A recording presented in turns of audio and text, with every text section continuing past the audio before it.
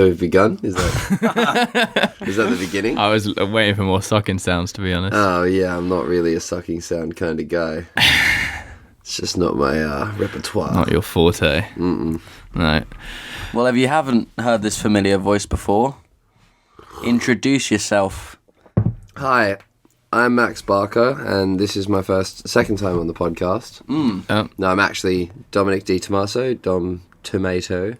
And most people think I like tomatoes, but that's not true. It's just, well, I do like tomatoes, don't get me wrong. But they're just not your shit. Yeah, I'm not like an active tomato person. My last name is D. Tomasso, and in Australia, people are like, haha, D. Tomato, haha. So that's where that came from. Yeah, I would have thought so And anyway. they probably It call does you a sound sick similar. cunt. Yeah. Sick cunt. Sick cat. We should probably intro the actual podcast, but I did just want to... That made me think, what D. Tomasso doesn't sound like an English or an Australian surname. No, it's an Italian. I was going to surname. say it sounds Italian. Italian stallion. So where's your Italian from? My father's side. Ah. Because, obviously. Why, obviously? Why? Well, because usually you take Oh, because father's the last name in the sexist nuclear thing. family and stuff like that. so You know, you're I live in thinking ahead. 1990, you know what I mean? yeah, It's yeah. I pretend to. Yeah, Motus Prodcast, welcome back. Fucking episode 9. We're killing it. I don't keep track of All these other numbers. podcasts. 9? No, none of that. All these other podcasts that are popping up. But every day there seems to be a new parkour podcast. They're like, oh, welcome back, episode 1, episode 2. How can you say welcome back to episode 1, Giles? Because people try. They try and build that consistency from day one. We're the trendsetters. Come We're on, not. man. We're not. No, we're Really the- not. no, Hype we- drops we the set trendsetter. No, Everyone else. Well, really, podcasts have been around for a while, guys. Yes. Everybody's late to the train. Yeah. But now suddenly everyone's on it, which is cool. I actually like it because it's a opportunity to have a long-winded discussion where people can get a bigger insight than just a 6-minute video or like a little interview here and there. They actually get a chance to hear what people are like, what people think about certain subjects, and and they get in-depth. to know your personality No, and all shut your the fuck up mannerisms. about that. I don't care about all that shit. It's not a choreographed. Literally, we're here interview. to discuss the ins and outs of things and in further detail, which is, I think, why even more podcasts coming up is a good thing, because you're going to get different insights from different people and different objective outlooks on certain subjects. Jesus Christ, didn't realise this was going to be a Fuck's fucking sake. nerdy podcast. Dude, with I mate. just have a big vocabulary. It No, doesn't you- mean that... It's so boring. You're just like my parents, man. I want to talk about serious shit. Look, peace and love, bro. That's why I'm, I'm worried about your distance from the microphone. Although You're worried about my volume. Is anybody else out there worried about the volume of Dom D. Tomasso? to be fair, most of the time I'm not, so. but I I'm think just you project your voice. I just want to If make Keelan sure. gets his elbow out of my jugular... Look, this is how I sit. Yeah, Yeah, well, I'm Sam. here now. Get your own spot. We're still sharing 2 microphones between 3 people. I have to share a microphone with a guest every time. Anyway, they don't want to hear about this. Go on to what's the first subject? Oh, Dom, you always cut me off. These past 3 days, the amount of times you cut me off. It's just so funny. It's All right, actually, Keelan, enough of that, yeah. Dom is like the guy you just... It's not that you want to hate him, you do hate him, but also you can't hate him. I think this actually quite often with you, and I think I've said it before, like, you are the guy that I feel so many people, like, you should be the person that no one likes. Because you're fucking obnoxious, you steal my food, like, you're loud, you're, like, in people's faces, you cut people off, and then, like, you're a bit sendy, so everyone kind of wants to be like, he's reckless. But then, like, you back it all up. You're actually really nice. You're incredibly supportive. Don't tell people I'm nice. But this like is the thing. Facade. I You've like done the you've done facade. shit like the one that always stands out to me is Air Whip 2 years ago, and there was that longest qualifier thing. It was like fucking 4 hours, and it was like 120 people. Yes. Oh, I know. And we yeah, all just this. sat in the chairs watching, and when, like, I don't know, Ed would go up, not Ed, but like someone would go up, we'd all get like gas for our friends. But like there was no one who was consistently gassed for everyone apart from Dom, who's this fucking loud Australian at the front, and there's like Billy No Mates going up doing his run to Sum 41, and everyone's laughing at him, and Dom's like, yeah, go on, like, Well, he's trying. I mean, know, and that's the sickest thing. I'm not necessarily just I fucking love parkour, but for me, one of the most like awesome things is to see someone push themselves in either a mental capacity, a confidence capacity, a mental boundary, and watch them overcome that hurdle. And I'm going to support them in that journey, because there's, in my experience, nothing better than having somebody there who is on your side, who can back you up and support you through those things. Yeah, and so every time you steal my food or cut me off, it like cancels it out. You've got this thing is, balance in my head. I'm never going out with malicious intent to hurt somebody's feelings. I'm never actually trying to offend somebody, really? But I like being offensive. It's like a fine line. It's a. Well, you're Australian, so it's like I'm having a friendly ribbing. It's kind of like I'm taking humor in certain things that could be definitely misconstrued as like me being mean. But I honestly, if I ever have offended you, I apologize for that. You know what I mean? And I will come and apologize to you if you ever think that. Well, that's the thing, and I think you're quite tactful with the people who you know you can. Who can take I've learned over the years to ride a line of who's kind of... You can test... You push it and so you can take it. And I think most people in parkour can take it pretty far. I do take full advantage of the fact that, like, it's a no-no to kind of bop swings at each other, and that way I kind of prod the line of, like... It's definitely do not lay hands on anybody in the parkour community ever. Like, that's a big no-no. If you do that, you should get ousted. As in, like, in the straight up physical. Yeah, if you have like a physical, you're like one of those punchy you know what I mean? people. Just talk it out. It's parkour. We're bigger than that. You know what I mean? We know what we're doing. Yeah. If it's someone on the street, whatever. But if it's two parkour people, don't get physical. You're actually so much better dealing with security than I thought. What? No, I'm actually genuinely saying. No, you're like getting kicked out. Like whenever we get kicked out, you're like the most polite out of the whole group every time. Yeah, but it's their job. Like, well, I'm on the same. It's a good thing, but I just didn't think that you'd, out of all people, I didn't think you'd be there. I like to put on a big bravado, but I'm actually a big softie. Other than like parkour, like everything other than parkour, I'm a massive pussy. Yeah. That's what you're saying that you're so in you. But like I agree with you on that because it's like if their fucking job is they're getting paid £12 an hour to basically get you to leave in case they get fired. It's like, cool, we'll just come back on Sunday. Yeah, and also the last thing, like imagine, put yourselves in their shoes for like just the 10 seconds that they're doing their job. The last thing you want is, hey guys, I need you to move on. Even if they do it in a shitty way, the last thing they need is, oh nah, fucking yeah, fuck food, fucking idiot, yeah, you don't fucking know what to do. It's like, no, that one leaves a bad reputation for the sport. Anytime they think of parkour, they're going to correlate parkour with that sort of attitude. But two, why are you like that to other people? Why you gotta, like, that's their fucking job, you know what I mean? Just apologise and move on. And like Giles said, come back another time. You heard it here first, people. You thought Dom was a dick to security. He wasn't. Or isn't. Fucking hell, you drank that quick. Yeah, you put milk in it, right? Yeah. Yeah. Dom's I love good tea. On the English tea. We're on the peppermint tea. So we didn't... I mean, we've got show notes, but you've done 2 other podcasts in a very short space of time that I'm aware of. You've done the Farang one and you did that one with Ian. The Higher Performance podcast, yeah. Oh, no, but you did the Move Mag one as well for Ian. Oh, yeah. So, yeah, I've done 3 now. Three. So I feel like everyone's probably gone more like, oh, he used to be a ballet dancer.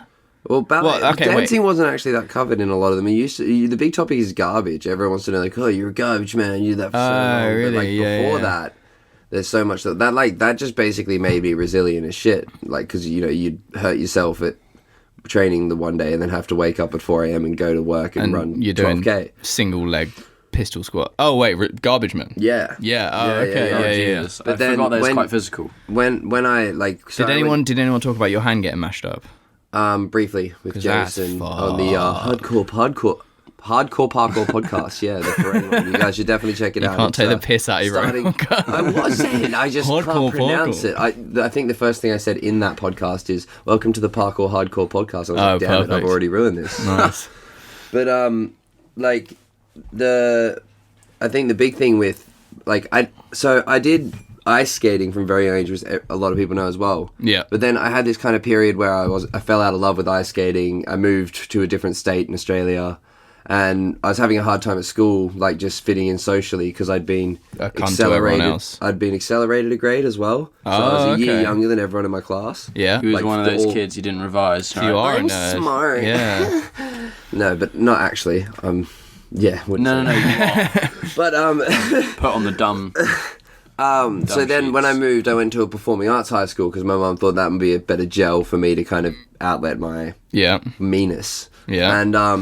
And so we did like 3 hours of academics and 3 hours of performing arts per day. It was run where like the distance education program in Sydney sent out work, which is like a government school, and they send out work to people on farms and people on... Oh, okay. You know what I mean? They sent out work to this school, and we had supervisors who supervised us doing the schoolwork. Yeah. We did that for 3 hours in the morning, and then for 3 hours in the afternoon we did like jazz, hip hop, ballet, contemporary, acrobatics, like acting, like film and television stuff, like so many different facets of performing arts, because it was like a full-time performing arts high school. Yeah. And then I got more involved with the acting side for a little while, because I had kind of, when I was younger, I was like, really interested in becoming an actor or working in the film and television industry. Yeah, I mean, we've all seen the Nutrigrain cereal advert. Yeah, that was a dream come true. Do you know that Scream in Australia is like iconic? Like I grew up, so like. Oh, I remember you posting. Yeah. Like growing up, those, so like there'd be like triathletes and all these really like iconic Australian athletes who were like Iron Man. Yeah. And they would like always at the end they'd run off the beach or run up out of the surf and be like, yeah. And you got to do this. I got to do that on top of a cereal box, which was kind of less cool. I thought when they wanted to parkour out, I was going to be like doing parkour. But yeah. Still, it was an amazing opportunity. Like, yeah, really, really cool. But anyway, so you've had a long history of kind of not even just movement, but also like performance to a degree. Yeah, the performing arts industry. Like we did a lot of like showcases of Stedfords and like just general, like practical. Every term we would finish out. Keelan's just looking at you like, what? Yeah, it was just the conversation's on between me and you guys. I'm just saying. I'm sorry, my left shoulder is massive. No, I was joking. Did you obsess over anything more than parkour? No, like back then. I mean, ice skating was like, I wouldn't say obsessed, but it was the life. Wait, how did you even get into ice skating? Well, I was doing.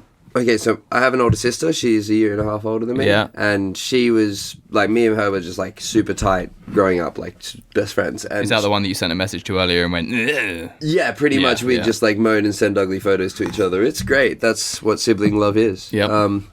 But, yeah, so she was doing roller skating when I was born. So then, like, yeah, really early. And then I started rollerblading as soon as I could walk. And then she went to see the Junior Ice Skating World Championships in Australia. And then got hooked. And was like, ice skating's way more elegant. You're not sweating. There's not so much, like, I don't know. It's just a little bit more pretty than roller skating is. So I was 3, so I just followed her. You know what I mean? I just went to the ice rink with her and I was a rat bag. But I've always been, like, you know, especially when I was younger, before I kind of grew up, I still haven't grown up, but I like, you know, just like I was a fucking show off, and so it kind of suited and it gelled. And it was a really good outlet for me of my like ex personality, you know, just like I was fucking extra as a kid. If you think I'm extra now, you should have met me when I was like 15. Oh really? I was just like me, but uncontrollable. But you were what, like more diva-y? Were you a bit more clean? I was a bit more effeminate, but I wouldn't say clean. I was always grubby. Like even. Oh, really? That's one of the things. I never fit the mold. Because you're a grubby guy. Like you're definitely like. The 5 years of Garbo really helped add to that.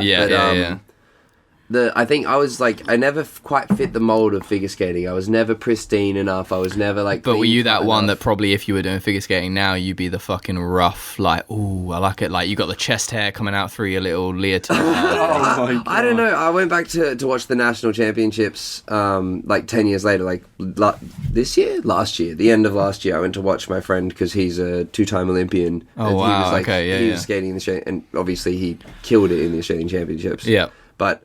Some of the skaters were still there 10 years later, just doing. So many people were just still there doing the same thing. The same pattern. It just felt like some of them hadn't even aged. I was like, what the fuck? Like they've just been frozen in the ice rink for time. Like it was.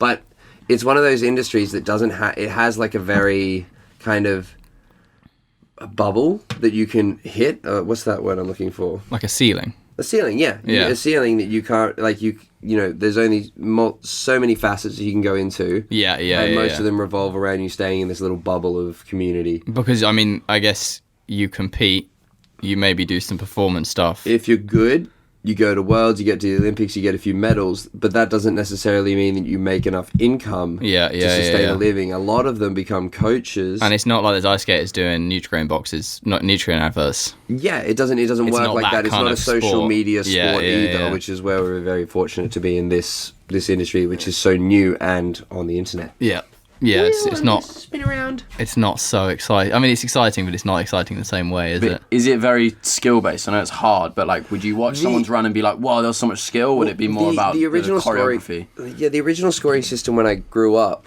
was like you get a 6.0 in technical and a 6.0 in performance. Okay. like artistic mark. Well, and that adds to 12. And it's been best out of 12. Well, like you get 6 from each judge, so it's like the highest mark wins. Yeah.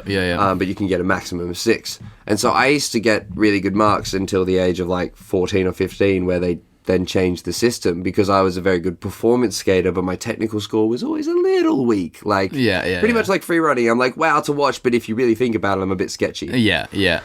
So then, so then they changed the system in ice skating, and I'm going to cut this real short because we're talking about ice skating now. But like, they changed the system to being more technical, point based about the skills and deductions of like minute fractions in blade and stuff like that, which made it... It's too technical for you, basically. Yeah. But I was already falling out of love It was with like the difference between sticking a precision on your toes and sticking a precision on your arches kind of thing. Yeah, and not even that, but I'd already fallen out of love with the sport by finding parkour, and I was doing a lot of dance and that sort of thing.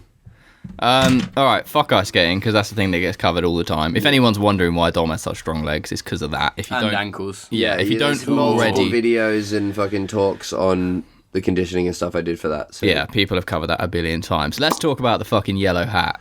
Okay, in the Grom Chronicles. Yes. Well, first off, about the yellow hat? because you're too young. You have no parkour culture. I am just culture.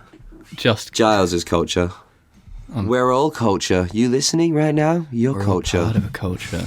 Yeah, tell me the yellow hat story. I feel like the first time I was properly aware of you, but didn't know your name, you were just the fucking yellow hat Australian guy who jumped downstairs. That was basically what I knew you as. Yeah, because I did that one where I did a Webster down Webster, and then you were like kind of a downstairs. hefty looking guy who wore a fucking weird yellow. What was it like?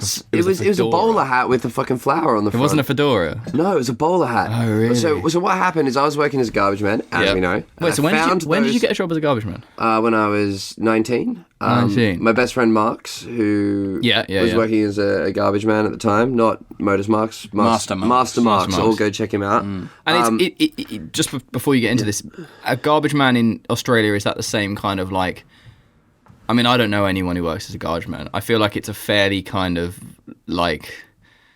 it's actually a sick job, because I know you can set your own hours and there's some like real benefits to it, but it's not... In society, it's not exactly looked on as like, oh, that's a good career. Yeah, well, I mean, I was working. So there's drivers and there's runners, and drivers are the ones that are contracted, and they get to do like their own. No, you don't get to set your own hours. You have hours that you work around because you work for the council. Oh, okay. But being a runner meant that all I had to do was show up.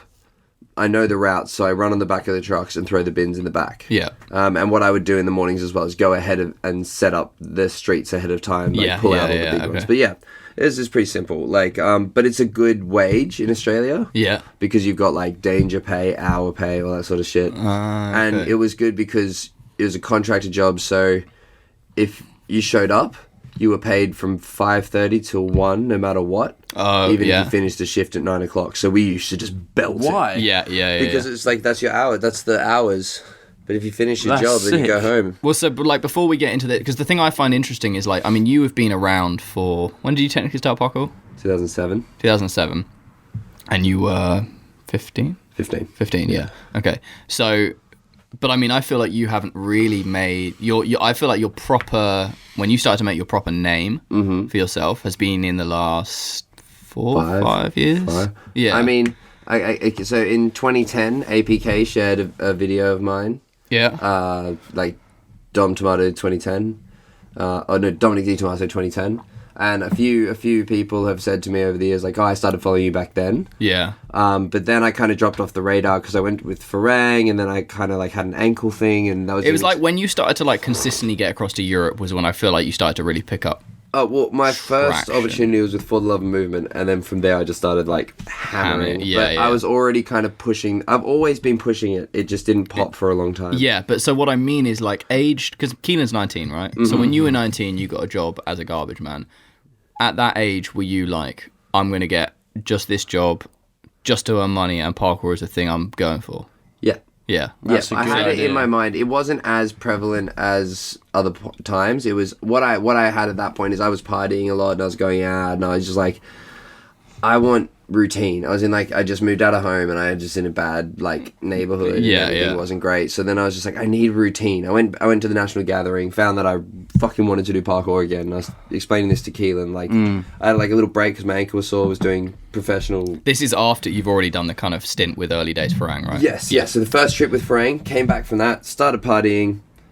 Didn't like train that much and was doing the kind of 17 to 19 period that I think a lot of people go through. Yeah, but mine was only like 4 months really. Oh, okay. I was 19 already when I came back, and then I did like, I was the flip guy for a breakdancing crew. Oh, okay. And I was just kind of like in this bummy house, you know, just doing lots of drugs and fucking partying every night. Yeah. Stupid shit. And then I went to a National Gathering and I was like, shit, parkour is all that I want to be doing with my life. Like, absolutely all I want to be doing with my life. So then from there, I was like, okay, how do I do this? I need a routine. And then Mark's was already working as a garbage man. So I was like, maybe if I get this job as a garbage man, I can earn enough money that I can live out of home and do parkour in the afternoons. Yeah. And that was enough at first. I just wanted to do that. And then we started training regularly together. And then we started Crew 42. Yeah. That was it, wasn't it? Crew 42. Well, we actually started as 420. Yeah. Because we were smoking a lot of weed. Yeah. And we thought it was funny. But then we changed. Like, this is where like when you're younger, I completely forgot about that whole thing. When you're younger, you think it's kind of like clever. Like, it was FOR 20, and we were like, haha, that's so. Like, yeah. But then, like, we would go to a job, and they'd be like, hey, so what do you want to announce? We'd be like, oh yeah, Crew 420, and they're like, no. Yeah, we're not going to say that. Yeah. And you're like, what? Because you can't spell it out. Like, yeah, it was just... That's why you got to be the street parrots. Yeah, so then we opted for professionalism to change to Crew 42. Yep. And then we started doing, like, jobs in China and started getting out there a bit more. And that's when I got the invite to For the Love and Movement. Yeah, okay, yeah. Through one of my submission videos. And then, that was when they were doing the kind of golden ticket stuff, right? That day I started my Instagram. Okay. When if you go back down to my first picture on Instagram, it's me with my bags packed for 2014. It's like sick. just all the stuff that would go in my bag, you know, that classic. Yeah. Did you go somewhere else after For the Love Movement, or did you? No, so I went home and I just kept banging stuff out. Did you go back to Santorini? Oh right. So that was when I have the garbage man job. And that was when I first met you. Yeah. So it was that Santorini. Yeah. I still had the garbage man job. Because I was able to take like a week off here and there. Like they can just replace me on the truck. How long were you a garbage man for? Because I'm like in your situation now. I think it's 4.5 years, I think. And that worked out. And that was like, how many days per week? 5 days a week, every morning. And then it was just fine to train. Yeah, I mean, it's a very, very physically hard job. That's pretty...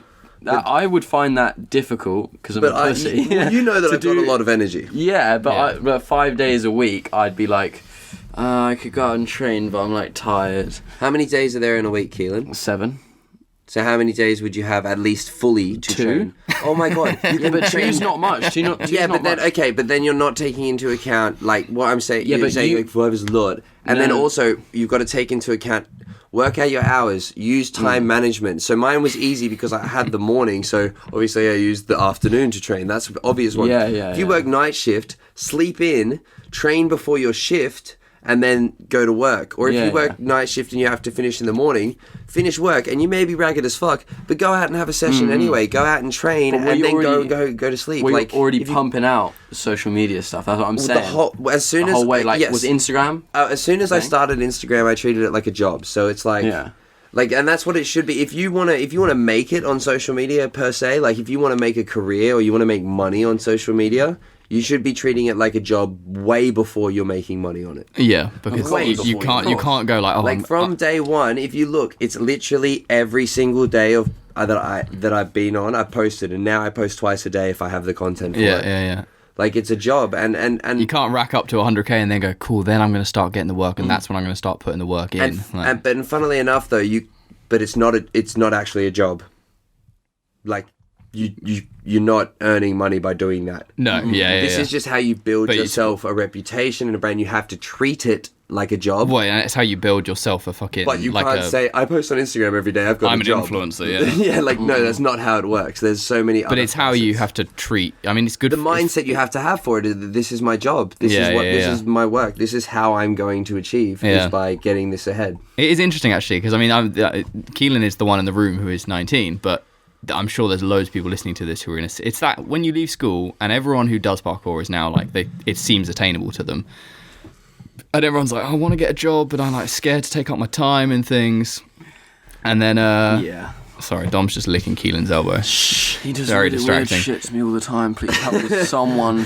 But it is like, I mean, fucking yeah, like you worked as a garbage man for what, 4.5 years? Yeah, there's no excuses. Before that, I was training. So I've been training the whole time I've been working. Yeah. Like completely opposite to Jason. Jason Paul has never had a job. He's always been a free runner, and that's crazy. That's amazing. What? That's yeah. So he got signed with Red Bull when he was still in school. That's amazing. Oh, imagine that. But you can't. Or we cannot all be in that fortunate position. No, of course not. I didn't think that was possible for anyone to ever do. Yeah. He can't even believe it. Sometimes he's like, I think people are going to knock on my door and be like, hey, we found you. You need to get a real job. Come out of here. And he's like, no. Like, that's crazy. I mean, I've been like self-employed for like almost 10 years now, but I had a good few years where I was like, I had a boss. Like, yeah, I mean, I worked as a receptionist at Fitness First, the gym. That was my first job because my mum was a personal trainer there. Yeah. The manager for the personal trainers. Yeah. So, but which was really cool because it just meant that I had a free gym membership, and that's the only time I've ever done weights. Oh, really? I did like deadlift for 3.5 months. Just because it was there. Got myself up to 220 kilos, biatches. Yeah, you all think you swole? Took me a couple months, innit? But that's because you're yeah, but I had ice skating and personal training since I was like 9 anyway. Yeah, so yeah. Other factors. You're built to lift that much weight. All hamstring, nothing else. Mommy helped me. Mm-hmm. Yeah, so that's another thing that's probably been covered a billion times. But your mom's a personal trainer, right? So you've always been around. The misconception is that she's a physio. My grandma's a physio. My mom is a personal trainer that specializes in sports recovery and injury rehabilitation. But I think the thing that I always find, I mean, you are. I didn't train today, but yesterday, like we're all jumping around. Dom sits down, he stretches out, does a few things, sits down, stretches out. Every event, sitting down, stretching out, like. You beat the shit out of your body, but you also try as hard as you can to fix your body, which I think a lot of people... I think there's a misconception that you don't do that. Because on Instagram, it's not like you're not like I'll post one stretching Instagram story every 6 months. Like, stretching is important. Yeah. When I'm sitting there stretching, I'm literally thinking about, okay, what the fuck is up with my body? Where is this pain coming from? Like, I'm analyzing my body and trying to get the pain. And it's because my curse is that I overtrain. It's not injuries. Yeah. Like, everyone gets injuries, but you've seen how... Well, I mean, yesterday you were like, oh, I'm probably not going to do anything. My arch is hurting a bit. And then you're doing fucking almost 5 meter high front flips. And you were like, oh, I didn't think I was going to do that. Like, you probably and it was when we were in London the other day, you were like, tomorrow I'm actually going to take a whole day off, and that was like a thing for you. You were like, I'm actually going to have to take a day off. Yeah. My body, like, so that's one big one that, and so luckily it was only a day, and then I was still kind of fragile on the Monday. But like, I've had to like, for me, I've trained my body, like, say I do like 14 days on. Yeah. My body carks it, and I actually can't, not even train, I can't walk for 2 days. I've seen you hobbling. Yeah, it's muscle seizing and little bruises and stuff. It's not like... I haven't been at that stage probably ever or... Like, sometimes I see you and you're walking and I'm like, he doesn't look happy. I'm in a bit of pain right now. Yeah, and I'm just like, Jesus Christ. But then it would be like walking between spots you would be painful, and then as soon as you're at a spot, you're like, ready to go. Yeah, walking when you've got sore feet, though, is kind of lame. That's the big one, is like, if I've got a bruised arch, it's a flat foot walk, and then you're like, oh, I don't want to hobble, because... One thing, if you don't know out there, if you limp, it's way worse for you. So if you overstresses everything else, right? So yeah, if you rock to one side, say for example, walk on the ball of your left foot and the whole flat foot normal on the right, you're going to misbalance your hips, which is then going to lead into your back. And if you're already sore from a day of training, shit, you're going to stack up the next morning and not even be able to stand. So one of the tricks I do is I just walk on my toes, and it looks like I'm hobbling in heaps of pain, but I'm just walking on the balls of my feet and like just going up and down. Even load on each, yeah. I mean, that's what I remember when I wrecked my ankle a couple of years ago. They were like, just get walk. They checked it wasn't broken, and then they just said, get walking on it and walk normally, like do not hobble, because it just makes it so much worse. I get it. That adds to so Keelan and I were having a good conversation in the car about like recovering from injury and when not to use it, and like how much people rest it, and then how much you need to actually kind of actively recover. Yeah. Like, I've always been told motion is lotion. Like, well, I mean, that's good. I've never heard that, but I like that a lot. For the most part, if it's not broken and if it's not like seriously damaged and it just needs to be like slowly, you just keep it moving. But even like you say, if it's not seriously damaged, I've completely torn the ligament, but like the physio who I was seeing was like, if you don't keep moving it, it's just going to like, all the tendons around it are going to, well, I don't know if you said shrink, but you know what I mean? Well, they're gonna shorten, yeah. Yeah, exactly. So like, yeah, doesn't matter. I mean, obviously, Muscle atrophy sets in after like a month. I don't know if that's the science behind it, but like, I experienced, my calf was half the size after literally 3 months of not training on it. The thing that fucking blows me away, right? I was thinking about this the other day, is you've been injured a lot in the last few years. I mean, you broke your heel doing the Leon front. I didn't break it. I fractured it. You fractured it. Okay, yeah. That must be the most painful thing. I mean, you did the China thing. Like, you've had a number of like breaks and things that I feel like some people would get that injured and then they just seem to fuck off for a year. Yeah. And then they come back and they're like, oh, I'm still not the same since the injury. And that's the thing. It never feels like you've ever disappeared. I think I've been very fortunate with exactly what the injury was. That's a big part of it. One, also, I bashed myself into the ice 50 times a session during ice skating growing up. So my body knows how to like fall and not get fucked up because it's just conditioned for that. It's literally there's no other way. Like, how do you condition yourself to fall? Fall over 1,000 times. Well, isn't it like in your life? monks or something, like they practice just like punching each other? Yeah, Like, they practice basically being hit, like into that kind of thing. I feel like it's something like that where I used to fall over a lot on the ice and also outside, and just my body's like knows how to catch itself, but also is resilient to falling. Yeah. But yeah, like it's a combination of that, and so the lucky injuries. So for example, I haven't like actually broken anything. I've never snapped ligaments. I've never torn tendons. Which, I mean, typically are actually worse than bones. Exactly right. Most of my stuff has been like fractures or crushing or like dislocated. My first dislocation and my worst injury was the China fail where I dislocated and crushed my wrist. But I didn't break anything in the wrist. Like, that was just basically all the little bones that hold it together were like jammed together. Oh, that was so... I'm surprised you did not get more fucked up. I woke up... You're telling me I got up to finish the race. If you watch the footage... Yeah. You got up and then... I turn up, I like stand to try and put my hands down and like look up at the finish line. I watched it the other day and I was like, what the fuck am I doing? Why the fuck am I getting up? Like, lay the fuck down, bro. But I don't know. Who knows? I got up early both of those days when that competition was showing because Marks was competing. I wanted to see his runs. Yeah. And was watching that live stream and it kept lagging like intermittently throughout.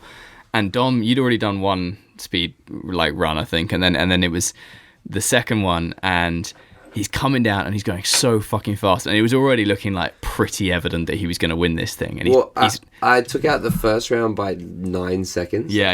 And you're like pounding down this thing, just taking the impact. And then you get to the top of those like big cascading blocks, like the last few blocks, and you're going fucking fast. And just as you were at the top, like coming over that wall, it lagged for like a number of seconds. And I was like, like that. And at the time, my thought was only like, I'm going to miss him going across the finish line. Like I wanted to sort of see the moment. Yeah. And literally it unlagged as you kind of, the last moment before I crashed. Yeah, right? like you take the impact and then you kind of roll off. Yeah, it literally it came back and I was like, kind of, there was a momentary thing of like relief that the stream started and it was like, and I just watched you fucking plummet into, I was like, oh my, and it was like fucking 4:50 in the morning or something. And I think I watched the whole thing and then I went into like Sarah was in bed and I was like, oh my God. Yeah, a lot of people messaged me being like, dude, did you die? And I didn't. Fucking so scary. All of that went to your face, and you did fracture your eye socket, right? Or something. I fractured. Well, not even my eye socket, just my cheek. Yeah, like I was very like I don't even know, but it was all instinct. Like I managed to get my hands in front of me. Yeah. And like you can't see from the angle that every camera shows, but literally they went under my hips as my face hits the ground, so it's like kind of like you're trying to roll. You're conging the ground. Oh, yeah, okay. your body's going like this. They reached and they went like this, but they didn't have time to pull back. So one of them just went and pushed the weight in, and the other one went under me as my face and shoulder hit the ground. But if you imagine that tiny little bit of If you hadn't have done impact that. absorption and transfer is what saved my life. Yeah. For sure. The fact that I didn't come straight down on my Onto neck your and head. shoulder. Yeah.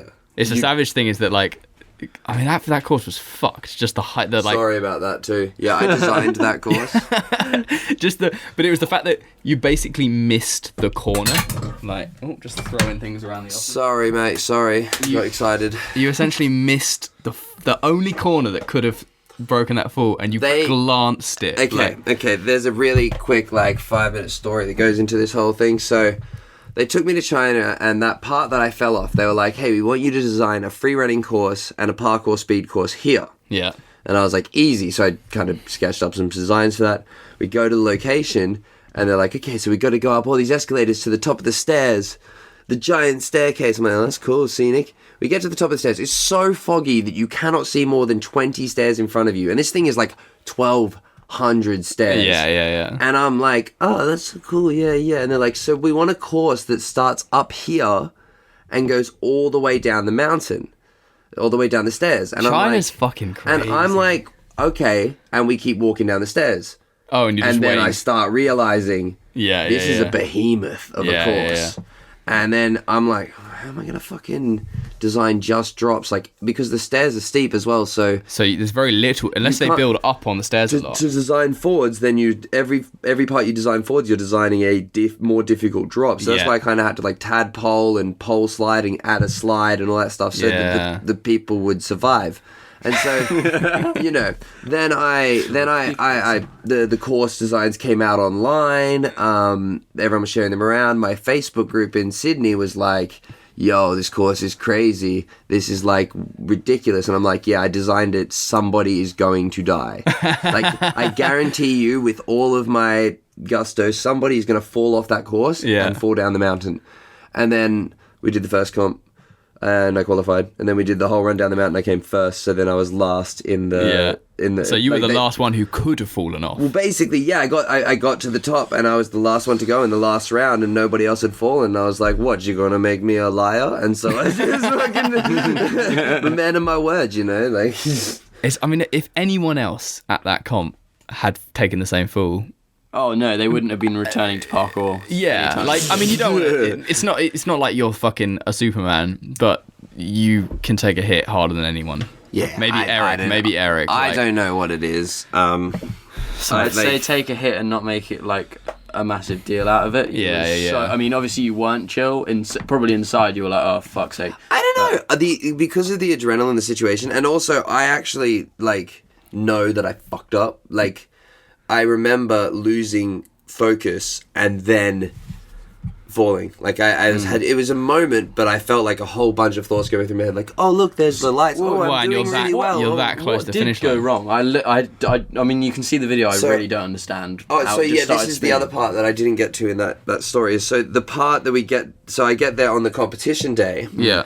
And the part that they were like, don't worry about designing the bottom part. We don't need that. We just need the stairs. Oh. So I did the stairs, and the original free running course was on the stairs. Yeah. And then when I got there, they're like, oh, we made some differences in the course. I hope you don't mind. And we got there, and they made these, so they were maybe 1.5 meters, 2 meters. They're not that wide, distance, depth, yeah, but then 3 meters drop. So you're kind of almost descending, I guess. Yeah. That last section. There's and it very was just little because room it was to so thin and I lost concentration, I jumped down and my weight was forwards, so my leg collapsed out.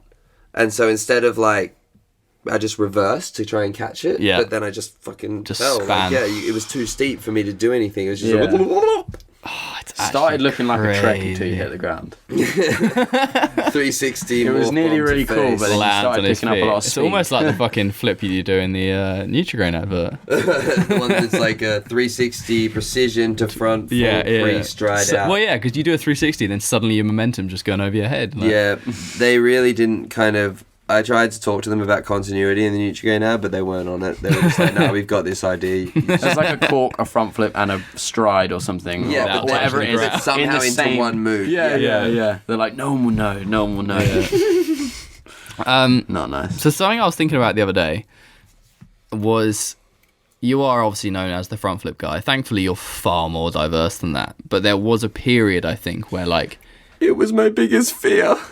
What do you mean? being the front flip guy. Oh, really? Really? Well, not my fear, but it became apparent, and then I was like, I want to shake that. Yeah. But was there a period before that where you were like consciously like, these front flips are doing something for me? Like, I mean, in the sense that for an aspiring athlete, because I mean, it's one of these things, you got to be good to get noticed, but it does help to have a bit of a niche to like kind of spark a bit of interest in you. That could just be that you're a fucking flow god or something. I wholeheartedly believe that. There's this guy out. I recommend everyone check out on Instagram right now. IMSEET. Oh Yeah, we already spoke about it. about He him messaged, before. he said thank you for the shout out. I'm Seat. Yeah, well, he's a fucking I follow you beast. too. You're a fucking G. And, Yeah. like, it's not like he's doing anything groundbreaking in ingenuity, but the way he moves is so sexy. He's like the fucking new age Foskey, and that's no Yeah. discredit to Foskey because he's a G as well. no. But like, yeah, it's that style of movement. It's just so nice. it's absolute like it's so good. Yeah, but yeah, was the point is you want to have you do online or to a certain extent if you want to get recognized, you want to have a niche. And I didn't know my niche was front flips.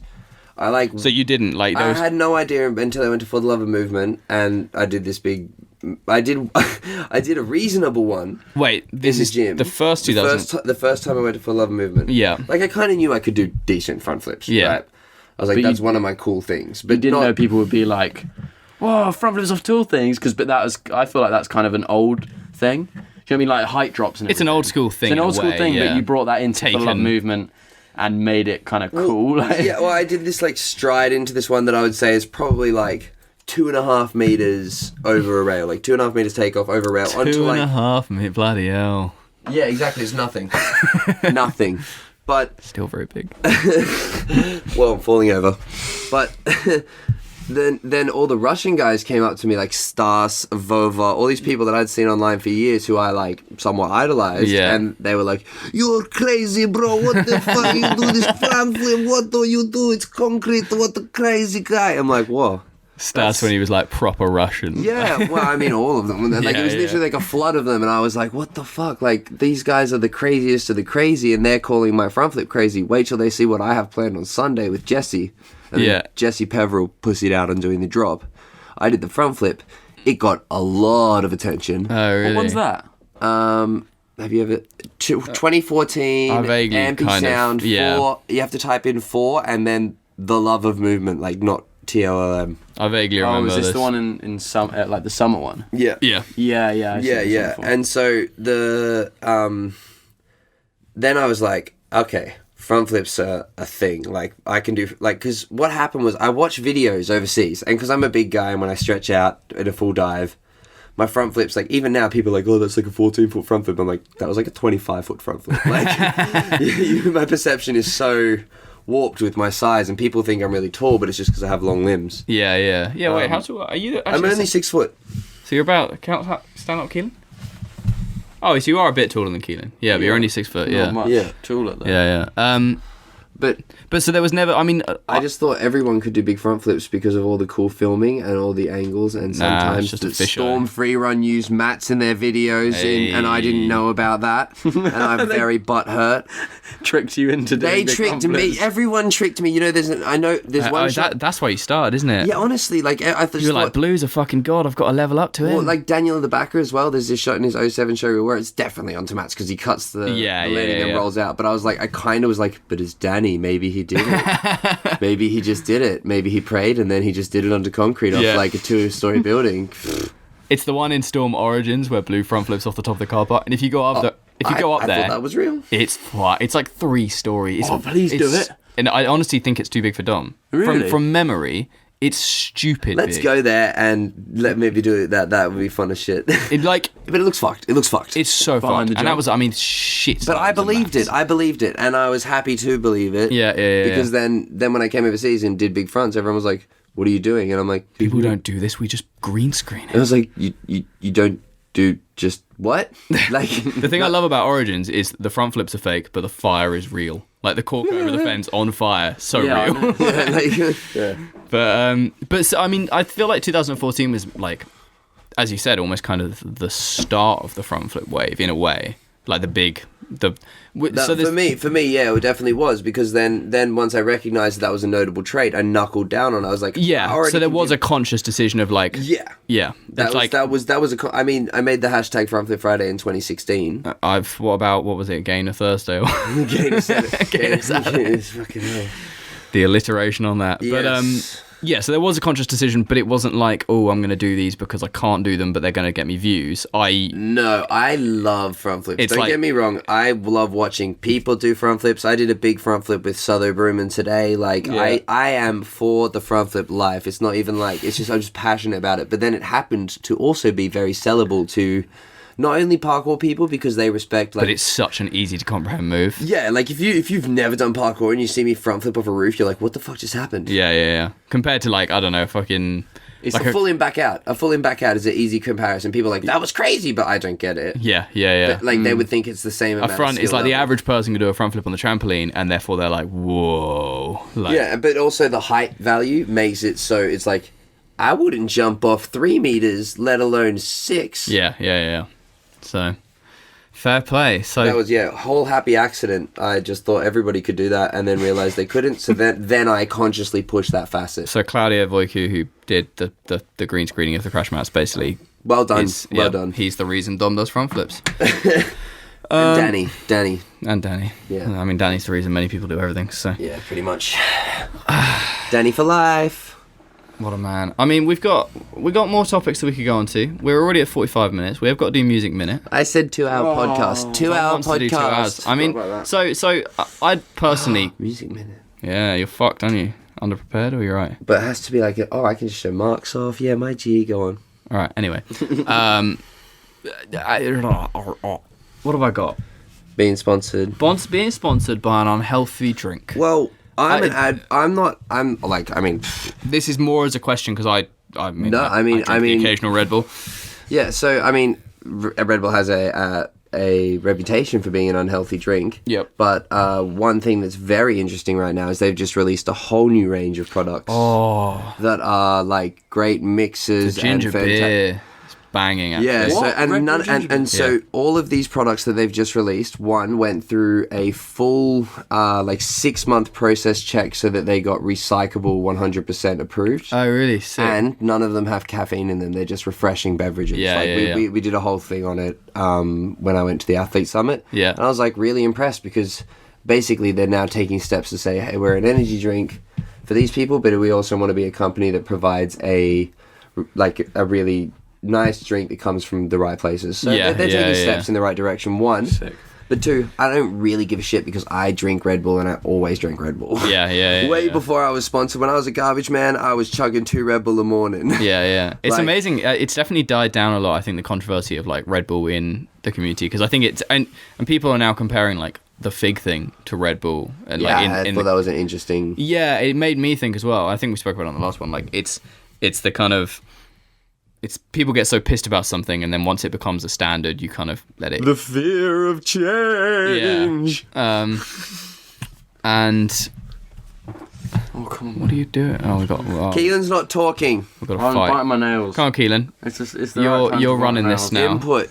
Well, I don't like Red Bull, so I can't really get involved. What, like the drink? You don't drink it yourself? Mm-mm. Well, I think that's also way too much. I think it affects people badly. Well, no, I think that's the whole point of this is like to have a discussion on people's different viewpoints. Like there's not a point in not having insight into it because you are the other side of that party. And someone like this, might lead you into some topics you think about the subject, but Endis, I don't know if he would mind if I reveal this, but like was offered a contract or was contacted by Rockstar with the ideology of becoming a Rockstar athlete, and he turned them down simply because he is not a consumer of the product and he doesn't relate to himself with the brand. And I think that's a very admirable thing, you need to align yourself. If you're going to be sustainable and a real person and have a real future in things, you need to align yourself with things that you do support, follow, or at least consume. Yeah.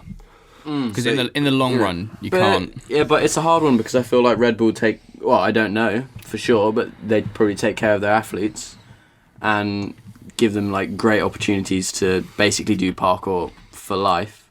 Do you know what I mean? Would you say without Red Bull You'd struggle a slight. Well, not struggle, but like it would change a lot. I would not be making a substantial living doing parkour. Substantial is in like comfortable living doing parkour without Red Bull. Like, the opportunity that they've given me has been life changing. But you've got to work for them, right? Like, I mean, the thing is, a lot of people ask me this, like, what do you have to do for them? There's not a lot that I specifically do for Red Bull. You obviously always see me in Red Bull gear, representing the brand, and I drink the product, so can integration is a natural part of that. And those are the two big things. But that's what I mean. It's like it's there's a little bit of kind of mindset you've got to put into it. You can't just. I think. Yeah, if you want to be good at it, I mean, they can bring you on board for a year, and you can be shit, and then they can just take you off the contract if you're not a good. And that's what you do occasionally see, like.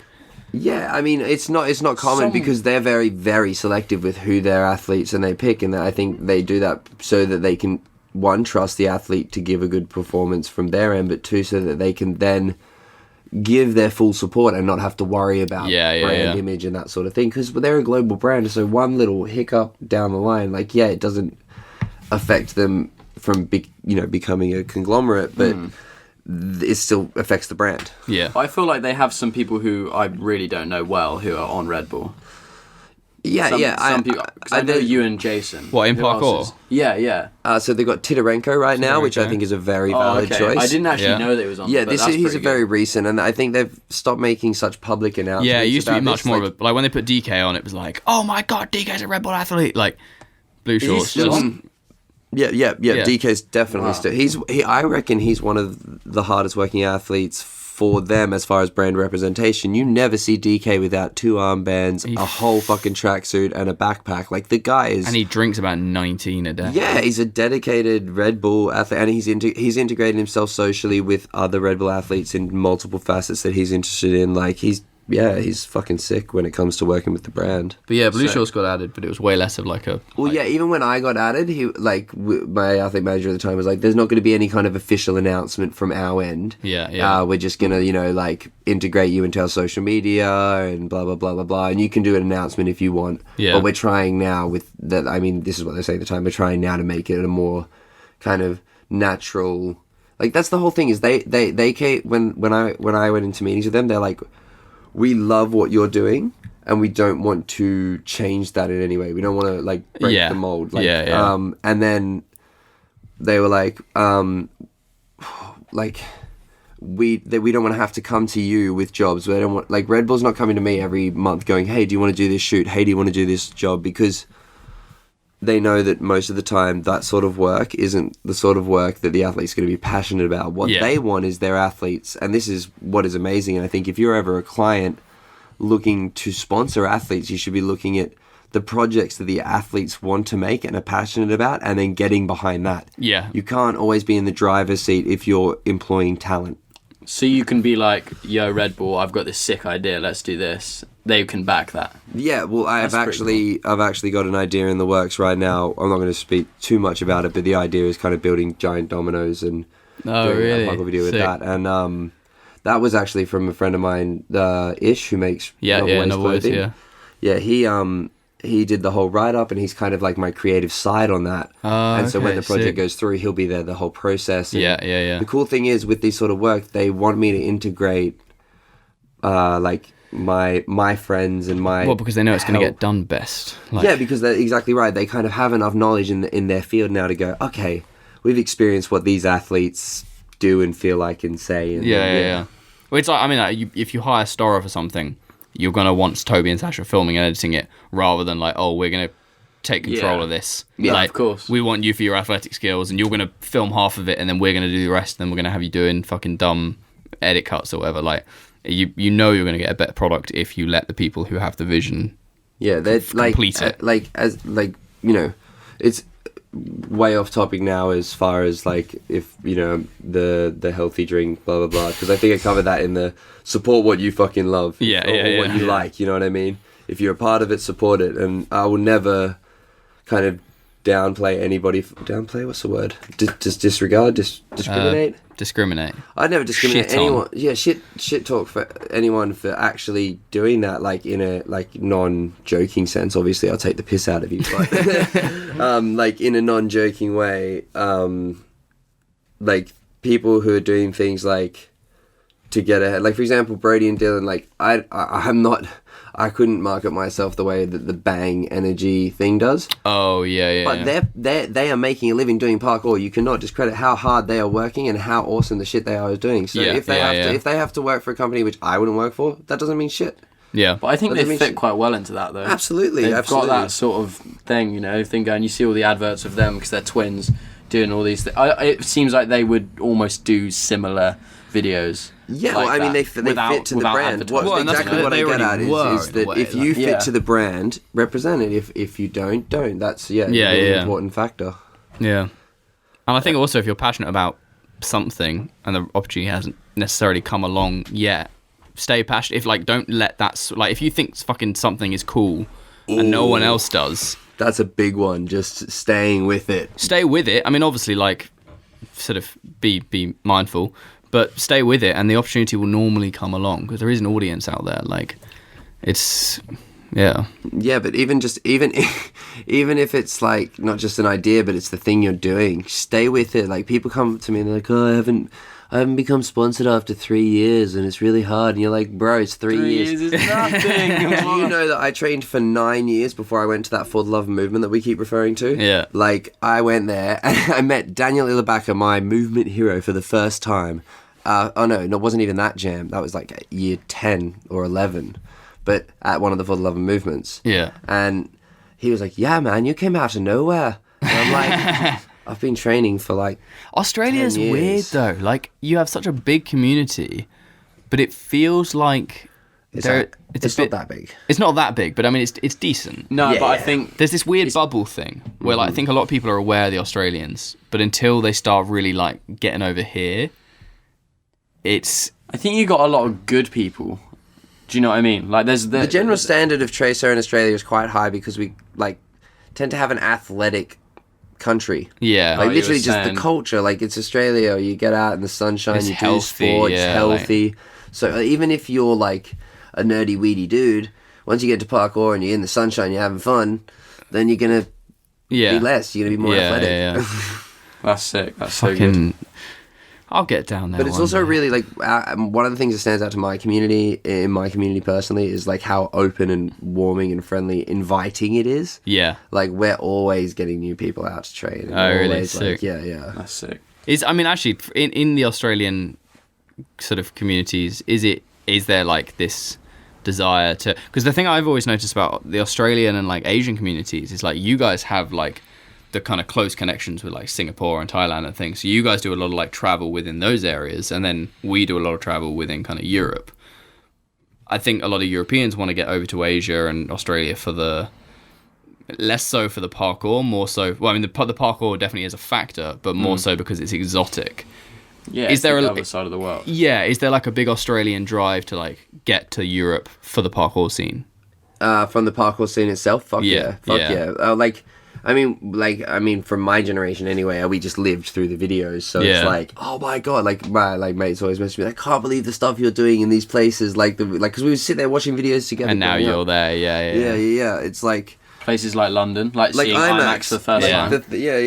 When was the first time you even saw IMAX? I went to London. I think it was I actually think I might be wrong on this, but I think it was June 7th, 2016. Really? What? Yeah, June 7th, 2016. Got that fucking tattooed on your skin. When was the Project Underground, the old one? It was in the middle of the year, right? It would have been around that. That was it, June 7th. Whoa. Yeah. So, and then I did the double Kong and the Kong speed step and the front flip down into the alleyway and turnbuckle drop into the hole. Jesus. Nice. And did anything seem bigger or smaller than you thought? Everything felt smaller. What is so weird? It's really interesting, yeah. People... Because I'm a big guy, so I'm used to watching all you small fries. Yeah. Yeah, but the first time I went there, I was well young. I looked at everything, I was like, oh my gosh, people actually have jumps. But that's the difference, is I went there after 10 years of training. Yeah, I went, I'd be 5 years into training. And Dom was older than you are now. So good point. I remember when the Americans, Dylan Baker and Dante and people came over, apparently, I think, I wasn't there, but apparently Dante walked up to IMAX 2 and he was like, it's 2 walls, what's the big hype about? Oh, really? Whereas for some people, they go to that spot and they're like, oh, the drop, it's a big distance. And he was like, this is fucking chill. it just depends on where you are in your training, I think. Yeah, of course. but now, wait, just wait. By the end of this year, IMAX should be a totally new looking spot to some people, because I'm gonna do some disgusting shit there. Well, I know the two things you're gonna do, but I just heaps of shit in it. there's like a couple of things that I think are possible that no one's done yet as well. Oh, I want to do the players as well as the Yeah, player now as well. So. Yeah. But there's literally, and maybe the running jump back across. So you run, you jump off next, like a bike stand, step up. Oh yeah, this on is the one. thing, This is the one that's right across possible. the gap. Yeah, Whoa. Mark's has been looking at that for a while. You need like a Mahatma. I think the bike stand would be awkward. Yeah, if you got a yeah. Mahatma and did it, it's 100% possible. Yeah, Does Dom jumping does Dom IMAX in know one Mahatma? jump. Yeah. He knows You know, Yeah, everyone bro. Was he there when you went in 20? I know Mahatma from the videos from 'Cause he was fucking- like Andy and yeah, Laurie 'cause I and- used yeah, to yeah. like fucking because I was telling Keelan that. Laurie did a garbage I- shift with me. Did he? Yeah. Wow. Yeah, I didn't even know where they were from, and it's Shut mad up. how. Yeah. Did you know the original story about where Mahatma came from? No. There's great. Oxo Tower was this like slightly undercover training spot, like a little bit down. Yeah, kind of- I know the one. Yeah, and it got converted, and before they converted it, there was this like bit of a training spot at the bottom, and there used to be those Mahatma blocks, and Andy and Laurie just one day rolled it from Oxo Tower to IMAX, and the How long police, is that? what? How long is that? I don't know, half a mile or something. And the police stopped them and they were like, "What are you doing?" And they were like, "We're doing it for charity." And they were like, "Okay, carry on." But there were like maybe 2 or 3 Mahatmas in total, because they'd occasionally get taken away and then somebody would go and get another one. Yeah. So Mahatma, to anyone who doesn't realise, is this fucking circular. Concrete block. Concrete block That was a cylinder. great step up. It used to be at IMAX for just the perfect step up. It enabled a lot of stuff. Because like people were like flipping the running pre-gap with Mahatma, and then Mahatma disappeared and the bike locks came. Yeah. And then it took quite a while for people to like Do it again. Yeah, to kind of learn the step up almost. Yeah. Well, you Those got bike permanent. step ups are fucking horrible. Well, it's because they're just awkwardly high and Oh, close. sick. yeah. We're at the halfway mark. Oh, for Dom's 2-hour marathon. Marathon. Of course. Oh, so, I mean, the next topic is it's got a question mark next to it. I don't know whether or not you want to go on to it. Drugas. Drugas. Giles is worried about asking me about drugs, but most people know that I smoke quite a lot of weed. I'm worried about your mum. Mum knows that I smoke weed. Yeah, but you said the other day she doesn't know how much weed you smoke. Well, yeah, but does that really matter, to be fair? I think don't that's know. a vital factor of the conversation. I don't want your mum being like... A lot kind of covers it, you know? Yeah, okay. Dominic, I listened to that But I'm not podcast an the other day. advocate. I'm not an advocate for drugs or pot. Really, like when I say advocate, I'm not someone who's out there like, you guys should all go and do this thing. I don't think alcohol's good either. I don't. It just like for me, smoking just happens to work for me, and like I had a lot of kind of like symptoms like ADHD growing up. I checked, but I don't have it. But I had a lot of Chilled like, you out. yeah, it kind of helped me level out myself, and it works for me. So, Yeah, I mean, yeah. But you're just not worried about I'm image. The one, I mean, I obviously do not. I don't recommend it for anyone under 18. Yeah. I don't think it should be. It's just like alcohol. You I mean, shouldn't try anything until you're an adult. I didn't try anything until I was an adult.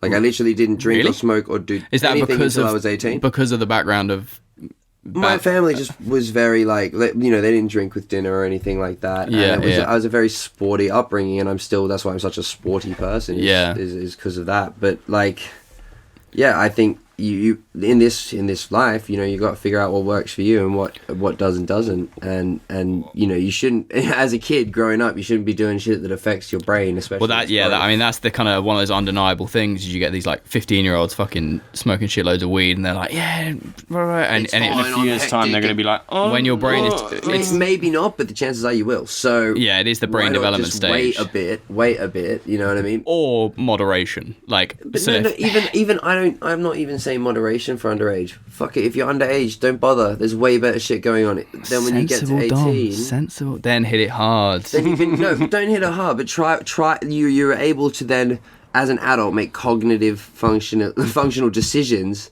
about what you want to do. Yeah, And you're held responsible for your own actions. yeah. Very true. And if it's 21 in some countries, wait till 21. Like it's a legality thing as well. Like, What does what do your sponsors think? I mean, is it? well, I mean the Because I mean, obviously, skateboarders fucking blaze like it. Red Bull constantly. it's kind of like a knowledge but unspoken, Yeah. kind of thing. Like obviously, I never presented in the media. Yeah. And like if like I don't know if I was ever wanting to, but I don't ever feel like I want to because it's not something I identify with. Well, this is the really interesting. Well, there's a number of things that I find with you and weed. And one is that you're the most productive stoner I've ever met in my life. Like when you were doing daily vlogs, you were still smoking as much weed, but you were churning out content. And then you get some people who just pure zomp. Well, again, it's because of the works weed, for you. people who just Yeah. I mean, just not to shit talk, but Jesse Pepper was drinking like a bottle of gin every night and producing some of the craziest physical shit daily for a very long time as well. And I was like, I don't know how that works. Yeah, fucking no alcohol idea. destroys me. If I have like 2 beers, I wake up like I'm going to throw up the next day. The night before one of the Art Emotions once, and I was staying at the Athlete Hotel in Santorini, and me, Jesse, and someone else, we stayed up till fucking like 4 or 5 in the morning drinking, and Jesse was like drunk, and he was like, oh, I've got to compete tomorrow, and he was like, that's in a couple of hours kind of thing. And he was just fine, absolutely fine. next day. Yeah. Yeah. Like some people just can't. I mean, but it's also you know it's the wide shoulder crew. wide shoulder crew. But I think the big stress and importance on that factor is one, don't fuck around when you're young. You know what I mean? Just do parkour, and it's also you don't have to try any of these things. If you don't have the urge, don't bother. If it's around you and you don't want to do it, leave. Peer pressure's a weird one. When you see peer pressure in effect, especially when you get older and you see younger people getting peer pressured, and it's like, well, why are they doing that? And you're like, well, you can see why they're doing it because they're not really making that. I mean, they are making the final choice, but there's a lot of pressure there. Yeah, and I think that's a big factor. I mean, I guess because also I didn't fit in socially before I was an adult at all, like really. So peer pressure was never a factor to me because I was like the leader of my little troop. Yeah. Where I was like, I don't need it. I'm high on life. Woo! Which I still am. You know. But like, did someone just give it to you like, oh, try this, man? Like, no, funnily enough, a few parkour people were just Dom like just smoking. Ascended into a new human being. And I was just, and then it was just around my friendship circle, and then I just tried it, and it seemed to like there's a long process of stuff, but I have a couple of rules with myself, you know, to make sure that I keep myself in check, and I take breaks, especially when I go to countries where it's not allowed. You just don't do it, and that's also a really good thing for me to then work on, like the effects of it on me because you can kind of you can trial. You see what you know. Like originally, I used to have I get sweaty at sleep and stuff like that, but that's all kind of worn off now as my body's kind of integrated the process of elimination and stuff like that. That was That's crazy. It's one of these weird subjects. Another one that I wanted to cover on the drugas is steroids, and if you think that's going to become prevalent in the parkour community, because there might be people already doing it. Because who do you think's juicing if someone's juicing? I mean, Kira was the rumor for a very long time. I mean, I heard confirmation of that. But I heard confirmation of that because it initially came to him through he had a knee injury. And then he was given kind of anabolics or whatever you have to like. Yeah. And then it was kind of like, oh shit, my workouts are providing better results. And then you go to the kind of back door. Yeah, I mean, and like you know, prime candidate, but would never be just because I know him so well is Eric Mukhamedyan. Like he would. Imagine if Eric juiced. Like Eric, I can 100% tell you that Eric is not juicing, but imagine. Oh my god, imagine. He'd be double his size. Oh my god. And the roid rage. He would do triples. Roid rage. He would do all of the triples. You never heard of roid rage? No, never. You're just putting all this. It's just mood swings and shit. Yeah, no, it's definitely. I don't know if it'll ever become. It's not really the scene for it. No, and I think it's because a lot of what we are judged upon. Because the only time you really introduce steroids properly is when you have competitive stuff going on. And you are pushing the absolute physical, and you have to increase that recovery rate. Yeah. So that's why you see it in sprinting and like cycling's huge for it. And all because this. The muscles are tearing. Weightlifting, you'll get it for like the image, but then those muscles are not actually so functional. Whereas what we need functional muscles, but then a lot of what we're being judged on is. I look like a fucking baby giraffe, but I can manage to do it's like, well, but it's subjective is what you're being judged on, and steroids are not necessarily help. So you might get people experimenting for like their the kind of body dysmorphia, like I need to be bigger and stronger and things. Well, I don't think massive free runners look that great. It looks weird. It looks like some massive sort of tank going, like big muscles and shit. Yeah. They don't. Would you do steroids, Giles? If it would put 4 foot on your cat pass, would you do steroids? No, I don't, because it's like I'm not going to get gratification. I mean, it'd be nice to have a 4 foot bigger cat. I just wanted you to say yes, so then everyone would judge you. But that's okay. Yeah. If you said it was going to give me a fucking 6-pack of abs and some pecs, then you have that anyway. You've got a gorgeous physique. Thank you, Tom. This podcast right now. Slow and steady progression wins the race. Does it? It does it. I'm going to peak when I'm 40, which is only 10 years away. Jesus Christ. No, the other thing I wanted to get your opinion on is the glorification of drugs in, and not even just parkour, but the world is I mean, it's not just weed. When you say glorification, clarify that for me. The flaunting on social media of like, do you know what I mean? I mean, I this is like a general thing again, is like, I'm not an advocate for posting your personal life online. Like, if you look at my page, you are never it's just PK. You're not gonna find, hey, here's me at lunch, here's me at a party, here's, like, if it is a party, it's like a boomerang, so you know, oh, Dom's out of the place. Not like, I'm not gonna be like, here's me and my friends doing cocaine in the bathroom, shout out David Nelms. Oh yeah, he did it, didn't he? He did that, he put that on his Instagram. On his actual Instagram on his story, there was him with, How like, did I not know that? oh, because it was a while ago. You know, disappears, but he's like, I don't care. I messaged him about, I was like, don't you think that's a little bit much? And he's like, world speed champion. World parkour champion. That's yeah. But yeah, like, there's a little bit of an extent where I think people like to have an image around and think it's cool to do what they do, and that's fine. I mean, look at the day and age we live in, where it's like all about materialism, image, doing the bad boy thing, being edgy. Yeah.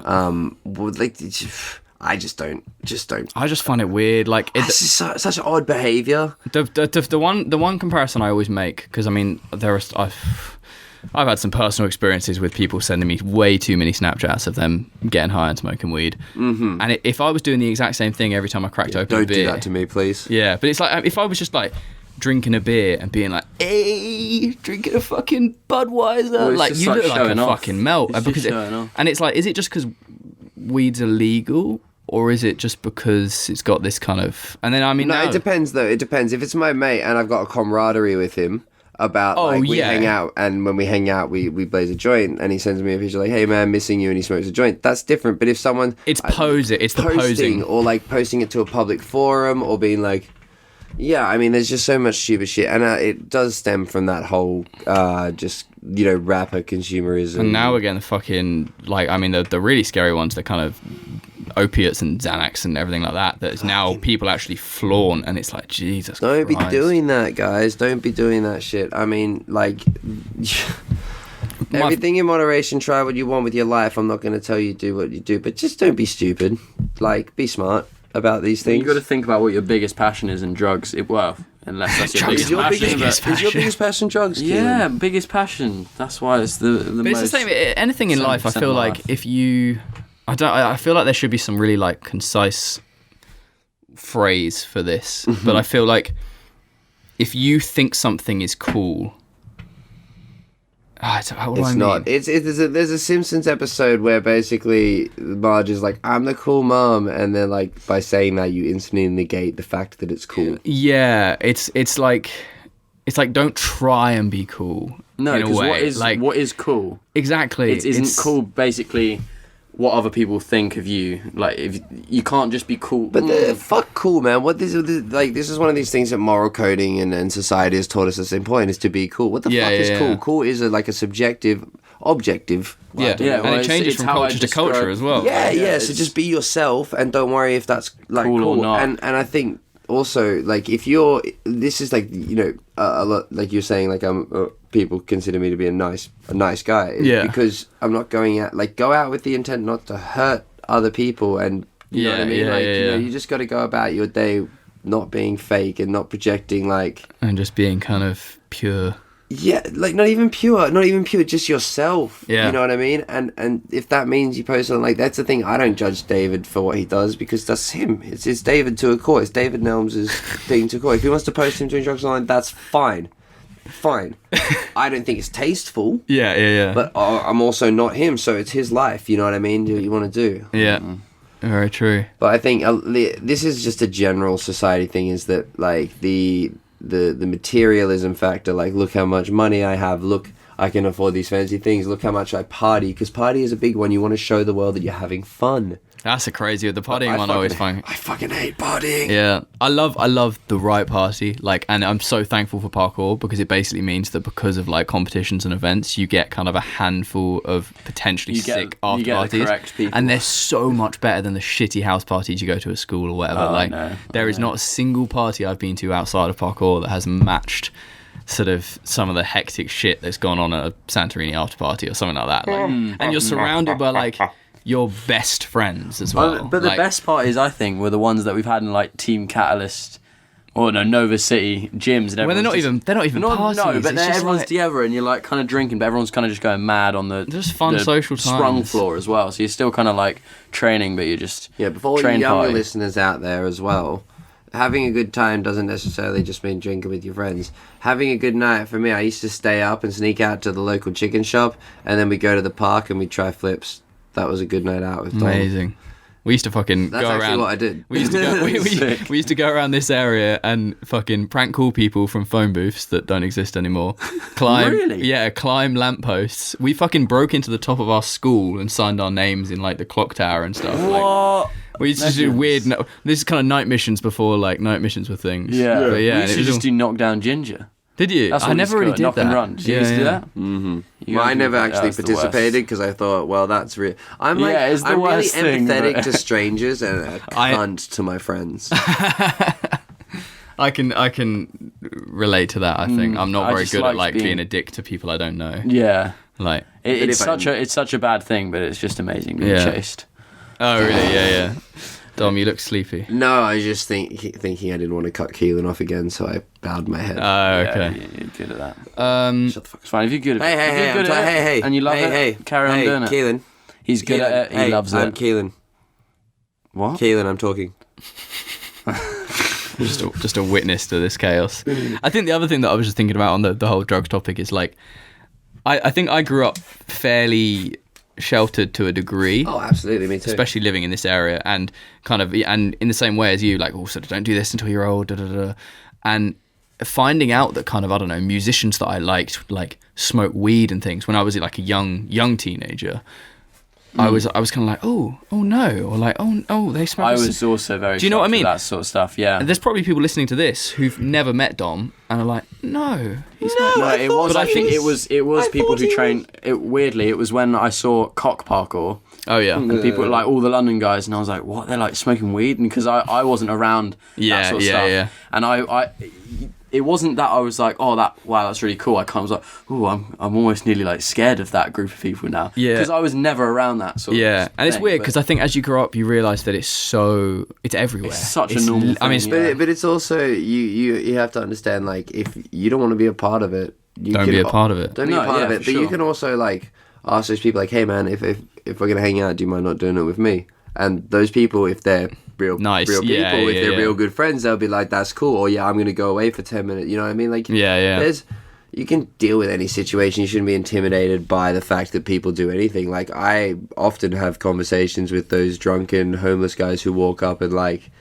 get in the way of the spot stuff. I'll just take 5 minutes and have a chat with him and then be like, hey man, so I've got to concentrate now, but it was nice to talk to you. Just do a little polite exit and they'll go because you gave them the time of day like a real person. Yeah. You were just you were referencing the video you put up the other day, weren't you? I think that was like one example. Oh, okay. I was actually quite concise because I was about to do like the I just remembered. It just made me realise. Walking over, you're like, just can I just concentrate, please? He's like, yeah, don't worry. I'm about to flip onto this thin wall. Slow and steady progression. This was, I think you mentioned Jason that was talking about this. Yeah, in the hardcore parkour podcast, episode 2, Jason was talking about how my sustainable and it is. I mean, it's very, very true. Like it's. Yeah, I mean, I do dabble and try and do other shit, but I kind of just train what I really like doing and then do that just a lot. Inch it bigger and better and sort of more technical and it's just. Well, you were saying your body would hurt more not doing the big impacty shit. Yeah, and if you were to try someone else's sort of style, your muscles would just couldn't really. Well, they can take when I'm it. sore, Yeah. for example, if I'm sore, like this baffle comment that some of the Brewman guys today, they were like, "What do you mean?" Then I was like, so if I'm sore, it's easier for me to do like a big front or a running gap or like a drop, because that's what my body's trained the most. But also, they're actually the most linear kind of movements that your body does. So there's no extension of the hip going out to the side. There's no wrist or hand catching down for the vols or anything like that. So when you're doing like these flow runs and you're putting your body in all these different positions, and that's what like someone like Pasha's a master at. He can put his body in any position and carry his weight in any kind of shape. He's very kind of strong all over. Yeah, whereas that for me, if I'm sore, that's very difficult because I have a lot of like connection muscles that aren't as strong. Yeah. But I can run and jump till the cows come home because that's what I train the most. So Yeah. And just like for me, doing like gaps and fronts where I don't actually have to kind of. And like people think the front flips are a big load. If I do a front flip good, it doesn't go below 90-degree bend. Yeah. Like you can watch all of them, watch them back, and like slow them down. I don't. Well, you did your bend. last one with the bloody the one you did recently here locally with the arch thing, whatever it is. You got like a bruised arch. Yeah, but you land on the balls of your feet for. Yeah, I know, Yeah. but like the fact that you risked it. Well, it's not took the risk. I guess it's not so much a risk because the ground was padded enough that if my foot went flat, I didn't It wasn't like feel the arch. Yeah, you know what I yeah. mean. Whereas like if it was concrete, yeah. you just feel everything go through your foot if you like. Exactly, so- exactly. You I mean you obviously sort of generally I'd say you're fairly consistent with your landings of your fronts, like in terms of under rotated, over rotated, like you're fairly on the ball. You definitely over rotate a bit. Do you ever under rotate? Because you can't really when you come to that height. When you're talking about like under rotate, so it goes heels butt, never. Yeah, never. Like you just can't let that happen, can you? Yeah, but you also, it's almost impossible. All the bails you see online are people going front flip to my stomach. Oh, the guy who you were with, and he did the fucking front. Yeah, Oh, that's shit, that's the type of bails you see, is because for most people, You dive, you tuck too fast, and then you can't slow that bit down. yeah. So like, and that's why a lot of my fronts kind of look ugly, is because I open and I just go into like literally a free falling position. Yeah. But Because you it's like have to. Like, yeah, I'm free falling. Yeah. Just I using mean, your legs as like a sail to. But it's also, just repetition of like a lot of like what you didn't see on Instagram is that I did one off 2 meters, then I went up and did one off. Not Yeah. even 2. I did like 1.5, and then I went up and did one off 2.5 meters, And then you went up again, yeah. and then I went up again. Like one, that was so that my body was aware of what the impact was going to feel like, so I didn't just load it.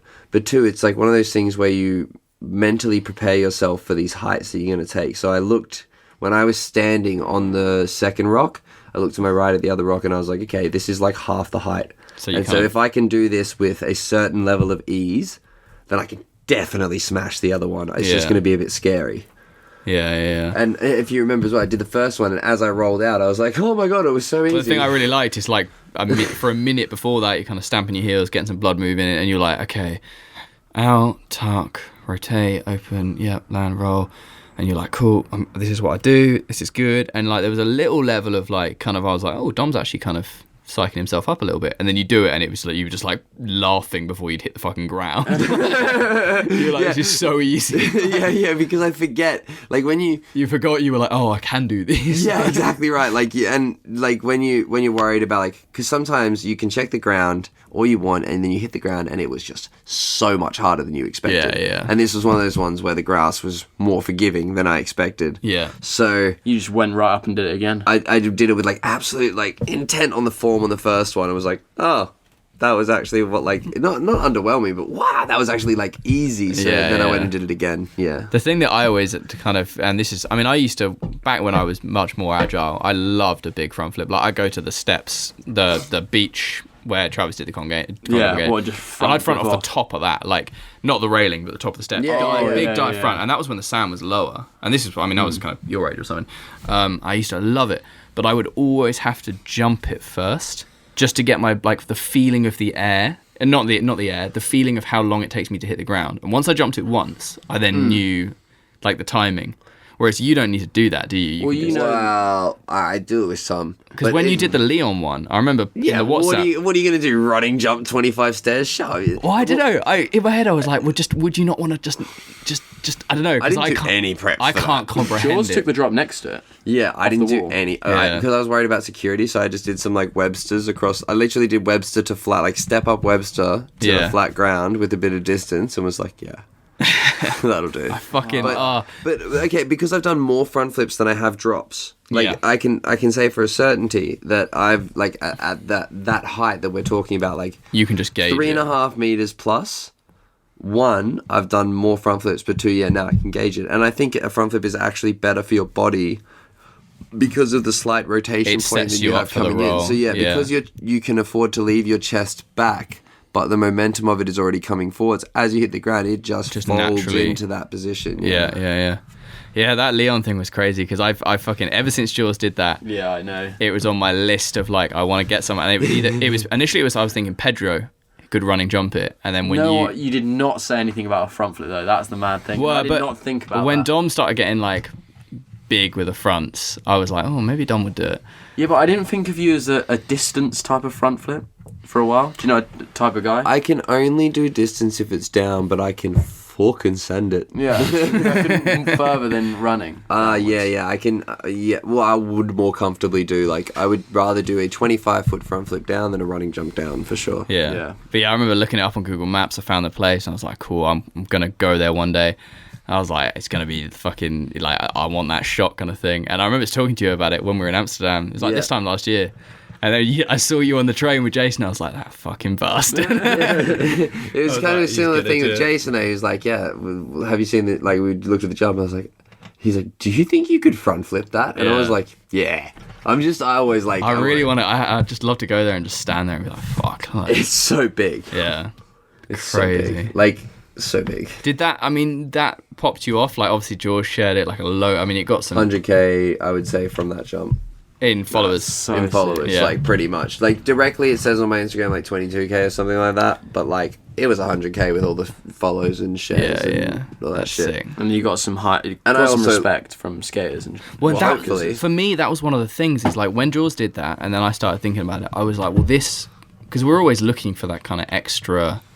Because you don't, you meet, I don't know, you meet so many people. Oh, parkour's a fad, parkour's lame, and things. And slowly we're getting there. Like you go to Woodward, and slowly people are getting more and more respect and things. And the more relatable shit we can do to skateboarding, the more that people can be like, fair fucking play. Yeah, and that's yeah. such an easy like, here you go kind of thing. Here's the like- biggest jump that's been done. Here's the biggest air set that's been done on a skateboard. Watch me front flip. And it. like I think Jaws' caption was like, "I know nothing about free running, but like Yeah, Dom it was Tomato's exactly pretty that. fucking sick or something." yeah, it was like it was like I know nothing about parkour free running, but I know this is fucking hard. yeah, like yeah, this is yeah. fucking Which was just like it was. Yeah, that was fucking. that was actually cool to like see. really humbling for me because he was like a big I Yeah. guess idol. He's one of the only he's- skaters that I passionately follow. Like Yeah, I mean, he's in a way very relatable to you because he's kind of got that same niche as like drops and impacts. yeah, and, I and often stuff, so. I often like to like the video parkour Jaws is because when Yeah. someone drew that comparison, I was like, I really like that. Have you, I really um, like that. Have you had any communication with him? Just Instagram back and forth, but Oh, nothing really? But yeah, like, yeah. you got a little bit. Yeah. Yeah, We're yeah. like we're in the eyes of each other, yes, acquaintances, that's online sick. acquaintances. Sick. What's your biggest like? Who's the most like, not necessarily famous, but for you the most like amazing person that parkour has put you in contact with?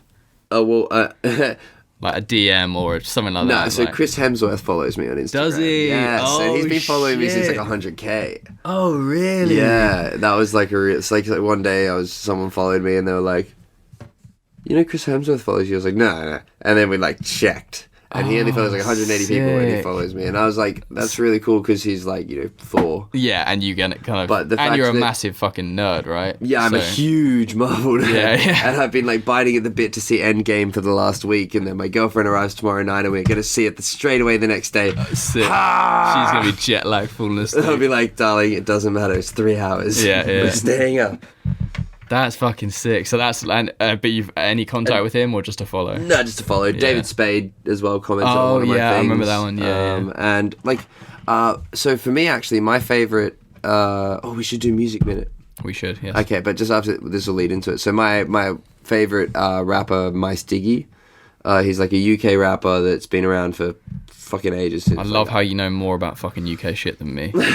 But he's not super renowned. He's not like some breakthrough artist. He's not like fucking Smallsy or anything. Yeah. But he's a crazy lyricist, and so he started following me on Instagram after like made a video with using one of his tracks or whatever. Oh, okay. And then we started having contact, and like I love his music. And then he released a new album. And I was like, hey man, can I get the download link for your album to use the songs in my video? And he was like, yeah. Also, these 2 tracks I wrote while watching your videos. Oh, really? So there's these tracks, Ape Food by My Stiggy and Hula Hooping by My Stiggy, that are songs that he wrote watching parkour videos. That's fucking sick. What the fuck? And yeah, that was like really humbling and fucking like just, I was like, whoa, this is like I now like I listen to that song and it feels like a theme song. You know what I mean? I'm like, that's so That's so. You know, Glitch, when Storm did Volume 1, Glitch Mob loved it so much that they like were like promoting it themselves, and then they sent Storm their second album like way before it came out and were like, use any song you want. Oh, I wish I had that. Like, Glitch Mob was sick. I know that, and that was the when, song Glitch Mob, if you're listening to this podcast, send me when all your Glitch Mob tracks. were like at their peak, and it was like, oh shit. But I remember when Greg Eccles used the Hopsin tracks, and he got a shout. That video was fucking at that period. Shout out Greg Eccles. Oh, that we didn't finish the yellow hat thing. But no. Yeah, basically I found that in the garbage, and Greg and I were. When you were being a garbage man. Yeah, and Greg Eccles. Greg was a garbage man. No. But he lived in the area, and we decided we wanted to make a video series together, just of us doing hectic shit and filming it, and then I found those hats in the garbage, so I just wore one to the whole video shoot because the video was shot over one day, and then and that was how it started. Yeah, the yellow hat. I am desperate for a piss, but if one of you wants to start Music Minute, feel free. All right, well I will start Music Minute off. Yes. Do I have to play it on the? No. We just have to wait until a certain point where you can tell it's going to be a full minute, and you just have to try and sell the artist, pretty much. Oh, okay. Yeah, like you just you know. All right, here we go. 3, 2, 1.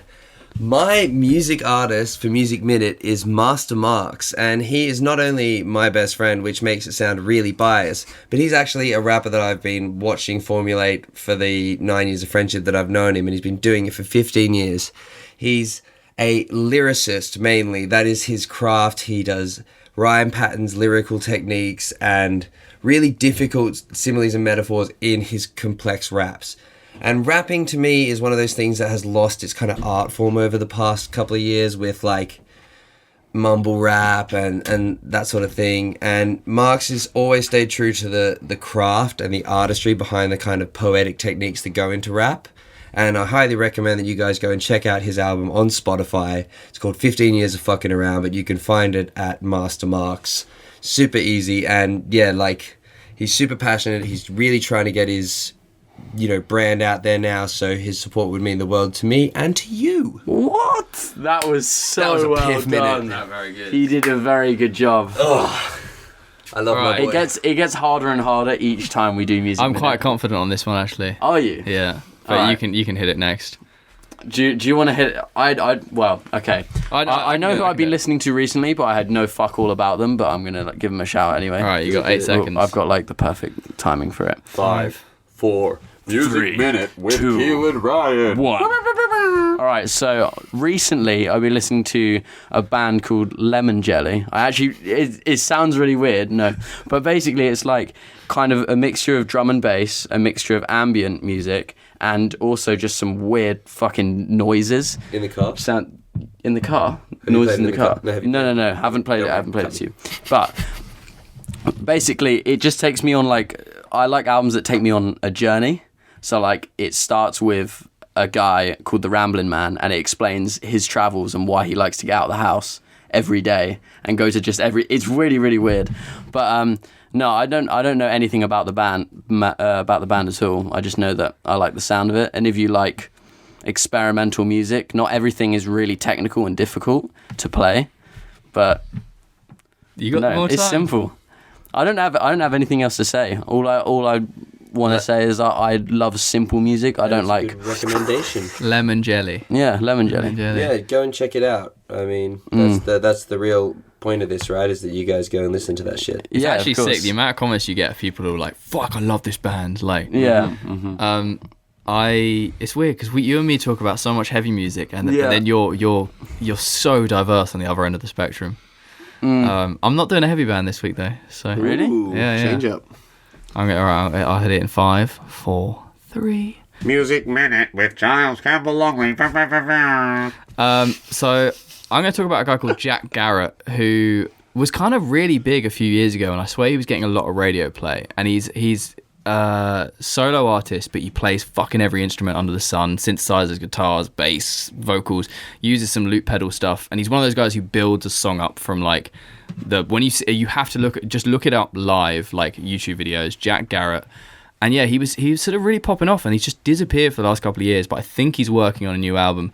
But it's this I don't fucking know how you describe it. It's amazing singing. It's like, fuck, I fucked it. It's some really beautiful stuff, super chilled, but also kind of really passionate. And like he builds these things up. It's definitely electronic, but there are guitars in there. Definitely not heavy. Tap into your emotions, guys. It's like non-mainstream Ed Sheeran, but also was kind of mainstream, but also no acoustic guitars. That's the shit. Yeah, fucked it, Jack Garrett. I mean, yeah, I liked it. I like it. I was interested in listening to his music after that, so I don't think you completely fucked it. I think you've got a very good music taste anyway. A lot of the stuff that you like, I'm like, oh. What, you're just gonna play it now? Oh, unfair. I didn't get to play Unfair. mine. It's this kind of music.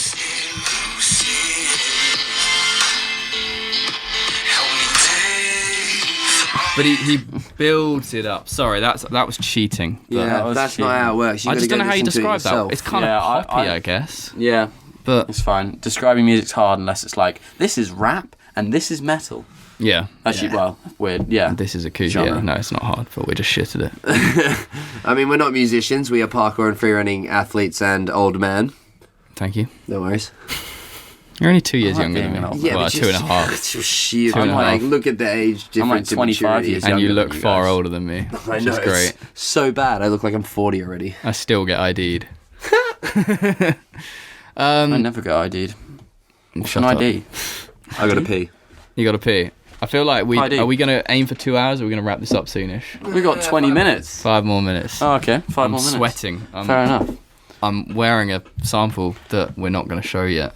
Oh, they whatever. Wait, we can't even. We're getting so we've explain almost what. got final samples for Soul Destroyer. Soul Destroyer is going to be a little bit later than I expected, just because we had a couple of things where it was like we either commit to like this and it won't be as I envisioned, and it comes out kind of in May, June, or we push it and it might come out end of June, maybe even early July. But it's looking like it's easily already the best fucking stuff we've ever made. Yeah, I've never been this excited about any clothes we brought out for sure. yeah. Just because of like the detail. Oh, there's no in better every feeling graphic. than taking a piss and Keelan, I'm going to cut you off again. No, that's fine. It was only very- like very small true talk until feeling. you came back.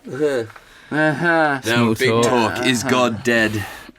Is God dead? Yeah, well, I mean, that's big talk, isn't it? When did God Live? live? I don't know. How did He's God alive inside your die? soul right now. Your So why would he be soul? dead? Inside your Or is my soul? soul I dead? don't know. You definitely have a dead soul.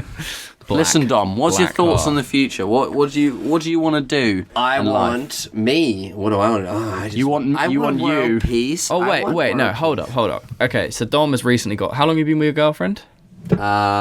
We've been off and on for the past 2 years, but we're Oh, really? 6 months. Oh, okay. And it's sickening. I mean, he stands in my kitchen making like cute, like. Love is sickening, all right. Oh, it's awful. love her so He's like, much. oh, when she's flying to see me. Oh, I love her. Like this big, hairy, fucking front flip man suddenly turns into a softie who like baby talks his way to his girlfriend. But you no, guys don't get to hear that side of me. you were. I mean, you sort of just offhand comment. You were like, oh yeah, I'll be looking to have kids in a few years' time. So, Dom in 10 years, father of 10 3. Maybe not three. Unless I get a older girl and then I have to try again and have twin boys and then I make Kim Possible out of the older. So yeah. Yeah. Okay. Anyway, That's like, yeah, I'm weird. You've like planned that, yeah. That's how I think about Yeah. stuff. Disney TV series format. I'm gonna be monkey fist and have fucking feet for hands. It's gonna be sick. You already do. But you know, I would like to be a father. I would like to be, ideally, if everything goes according to some rough plan that I have in my mind, is living possibly like 6 months in Europe, 6 months in Australia, Which is with my pretty much family. what you do already, right? Yeah, but I'd just establish more of like a setting here, that sort of thing. Yeah. But yeah, what I'm really interested in doing right now is making a VR experience for parkour. Yep.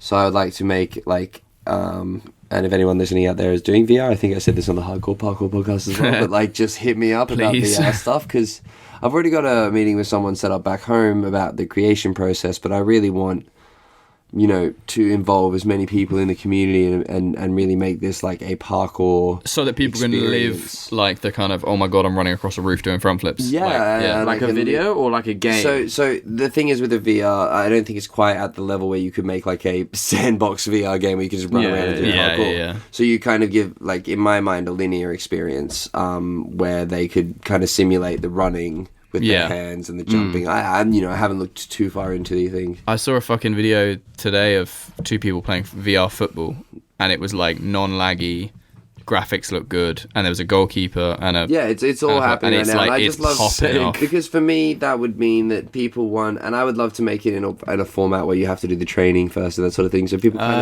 of really get an yeah. ideology of how The physicality, the physicality and the mentality that goes into these sort of things, and gives them. It's about Like a giving skate people an game understanding. with parkour. Well, that's the eventual dream. I would love if any video game companies are listening, out of what you all Fucking- 3 people that are listening. They had the game Free Run on PlayStation I know, 2, yeah. and it was really fun, but I never really played it. awful. at the Well, same I liked time. it, but I'm not a gamer, so. But I would love to create like Skate 3 for parkour. Yeah, like, that imagine would be going up to Yeah. like someone at But IMAX. I also and you think rock that up, the like- scene is not at it. Like everyone is frothing and would love that now. Everyone that I speak to about that idea, but I Yeah. also don't think it's quite at a stage where if you were to make the game now, you probably wouldn't sell enough copies. Like it's not a saturated enough market where people specifically are interested in parkour. Still. Yeah, yeah, yeah. Assassin's Creed has that parkour element, but people aren't necessarily like people don't want to just they don't want to do like be, we be a fucking skater yet. we love the jumps in Assassin's Creed, but the people who love Assassin's Creed and don't love the jumps love it for the storyline, and it's like Yeah, we you've need gotta- enough people who just love the jumps. Yes, yeah, the And action also, sequence. like, I mean, Tony Hawk, yes, the game blew him the fuck up, but he was already incredibly prominent.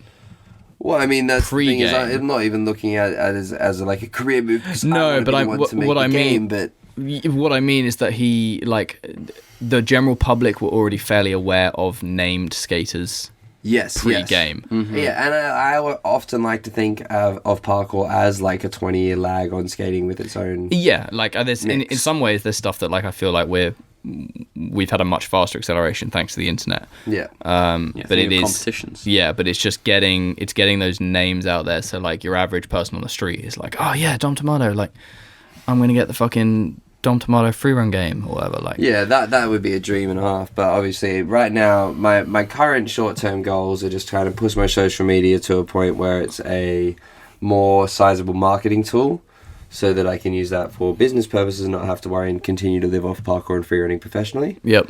Under the guise of kind of my own brand, as opposed to working necessarily for anybody. Like I always want to work for Red Bull, Yeah. but say I'm fucking 50 and I can't, produce what they need, then I want to have my own brand set up. Yeah. And I think you're positioning yourself very well because you're not a one-trick pony. You're not just an athlete. You're a person, like not a personality in a fake sense, but like you're very prominent, and therefore, like I mean, you were saying the other day, like it's the kind of the announcer at competitions, the judge, and things like this. Yeah, Like, there's positions available for if the sport continues to grow the way it is, that most of us will have a position as a career path. And that's why all of us need to keep pushing the forefront of the sport and keep trying to expand different options and explore all the options we do have. Yeah. Regardless if you don't like FIG or competition or whatever, all that shit is helping all of us eventually have a career in the sport. You know what I mean? Like that's the cut and dry of it, and like the change where people don't like Red Bull and they don't like these things coming into the sport. But as you see over time, if you don't want it, don't be associated with it, but it's also helping the sport. I just don't want to have to work when I want to work. No, that was a dumb thing to say. I don't know. I love working. I don't want to have to do anything that isn't parkour. Yes, Yeah. that's But there's so many things in parkour you can do. Like we said that in the sponsorship. How to even get if sponsored. Motus fails and I'm 40 or whatever and it's all falling apart, I still want to have my place in this like community Yeah. where I could maybe be like an announcer at a competition. Well, I mean, you 'cause could be my shit. driver to and from events. Wicked. That's like pretty. You're kind of involved. You're like Does he get to plus train? one to I could be your parkour. security. The beefy I'm sorry, man. I am hiring Eric as my security. You lose every time. Yeah. I'll be your fluffer. Yes. Yeah. Yes. You There can you be go. my foot masseuse. Oh. Olympic champion Dominic Tomasso and his foot masseuse Giles. No, you're both wearing socks. I thought I was the only person. I thought Dom was the only person wearing socks. I'm wearing Kalenji socks because are. if you don't know about Kalenji shoes, you ain't old school enough. There's so many weird. I know about them. I don't Okay, have okay. them. Do you know Alright, I have don't them? point the fingers. No. No. I had Nike free runs and Puma Futures. Everyone, like the people who had night free runs, that was such a fucking Hugo. Have you? You heard them You're as gonna well? down to Nike free runs. Yeah, I'm because trained everyone's again. like, oh, free runs. I'm gonna get some. No, I didn't get them for that reason. My sister's ex-fiance was a head sales rep for Nike, and he had the same size feet as me, so I just got free runs. Hey, have you seen this? Well, our listeners can't really see this. No, I'm gonna show you a photo of something. Yes, but they can't tell But you. have you seen that? What is this? It's a Hugo Boss parkour runner trainer for 120 pounds. I'm gonna get it. That's Boss. I tried to buy some. Hugo Boss mode. I found who some for made like that? 40 quid earlier, but they're not. I think it was a scam What is it? website. It's Hugo Boss, Hugo they've Boss is actually- making parkour shoes. but I think they've just. Who's involved with parkour? No, but it's and- not actually a parkour shoe. Then why have they put the name in 100. it? Some of them are 159 pounds. Oh, I bet you love that. I want to. Good old Are me. you giving? I thought you were giving him a chewing on love his bite. tricep. He loves A it. love bite. He loves. Tricep would be the first place I would eat on a person after the cheeks. Yeah, I was gonna say cheeks are always. Nah, but not We were if they're talking too about fat. this with Joe. I'd go quad. I would also bite off your cheek first in a self like. Wait, this cheek or this cheek? No, I'm talking about face cheek. Like if I was in a fight with you and I thought you were gonna kill me, I'd bite your face. Why? Because you're not gonna come back from that. What's your next move, huh? Your cheek's bleeding. It's in my mouth. You're just gonna be like, oh, I'm gonna keep killing him. No, you're gonna run away because I'm crazy. Potentially, yes. Yes. Ears would do well. Mike No, Tyson. because you can fuck someone up with an ear, like missing. You know what I mean? Like bang. But like with your cheek missing, it's like my face. My face. Surely if you're gonna do anything, if you go Okay, Jammy okay, feet, Giles, jammy try and bite hands. my eye. no, I just tongue your eye. That's, I'd your straighten tongue my is tongue out. not strong I'd enough make it for that. erect. I'd put so Your- much blood in the adrenaline. I would pump my tongue full of blood. Your tongue is not a saber. I'm telling you, bite the cheek off. They won't fight you back. Yeah, fair enough. Is the age restriction okay for me to listen to this? Yes. No, I was reading a thing a while ago that if you ever get kidnapped, and it applies kind of more to like you sort of, I don't know, if you ever get kidnapped, do everything you can to fucking hurt them, because if you leave a mark on them, it means they're more identifiable. And also, if you get kidnapped and they take you somewhere, statistically, you are far more likely to die at that place than if you get kidnapped. You're basically, if they get you away from the public, most kidnappings go wrong in the sense that the ransom gets fucked up or whatever. Statistically, you're more likely to end up dead anyway.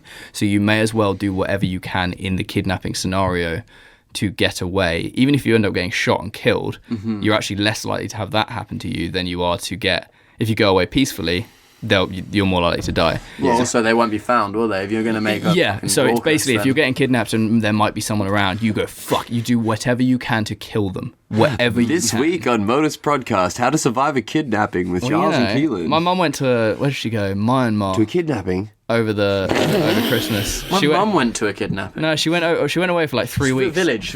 Yeah, village life. Yeah. 3 weeks on her own, and she was actually genuinely like a bit worried, and I was like reading about it, and I was like, okay, cool, she's prepared. My mum would fuck someone up, I reckon. Yeah, she's your pretty mum strong. looked pretty tough. Yeah, she is. And on that note, Giles' mum is hella tough, and we gonna leave you there. shall we do it? Shall we leave? Do you have a little wrap-up thing that you want to do? No, we literally say bye, love you. Okay, final outro sound effects. All right. The sound of Dom Tomasso. No, Keelan, you're ruining it. No, I'm censoring it. I thought it was going to be a little Easter egg. Good night, folks. And now my office really smells. Night, night. Good night. Love you.